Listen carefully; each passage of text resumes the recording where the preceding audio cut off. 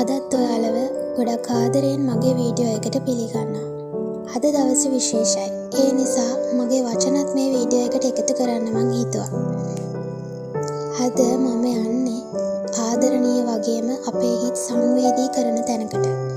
ඒ තමයි තමන්ගේ පවුලේ අයගෙන් ඈත් වෙලා ජීවත් වෙන්න සිද්ධ වුණ දරුවන්ගේ රැකවරණය අහිමි වුණු වැඩිහිටියන්ගේ ආදරණීය නිවහනකට. අද 2025 සිංහල දමිළ අලුත් අවුරුද්ද දවස.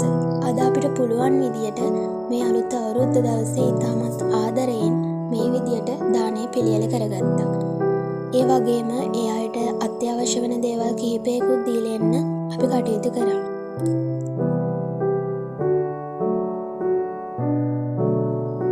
අපේ ජීවිතවලට වටින කවදාවත් මුදලින් මිලදී ගන්න බැරි දේවල් තමයි ආදරය, කරුණාව, සහයෝගය, මනුස්සකම වගේ දේවල්.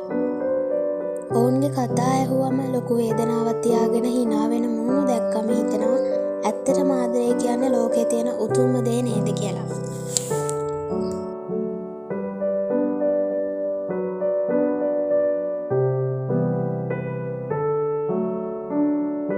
ගච්ඡාමි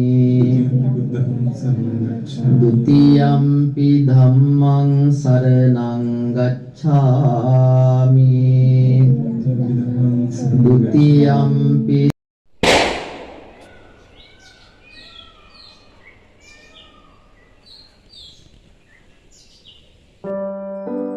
ඉතින් අපේ කෙටි ජීවිතේ අපිට වගේම අන් අයටත් යහපත්, අර්ථවත් වගේම ආදරණීය විදියට ගත කරමු. ඔයාලා මේ වීඩියෝ එක ඉවර වෙනකම් බැලුවනම් හැමදාමත් ආදරය, කරුණාව සහ ගෞරවය හදවතේ රැඳේවා කියලා මම ප්‍රාර්ථනා කරනවා. අදට එහෙනම් ගිහින් එන්න. හැමෝටම ගොඩාක් ස්තුතියි.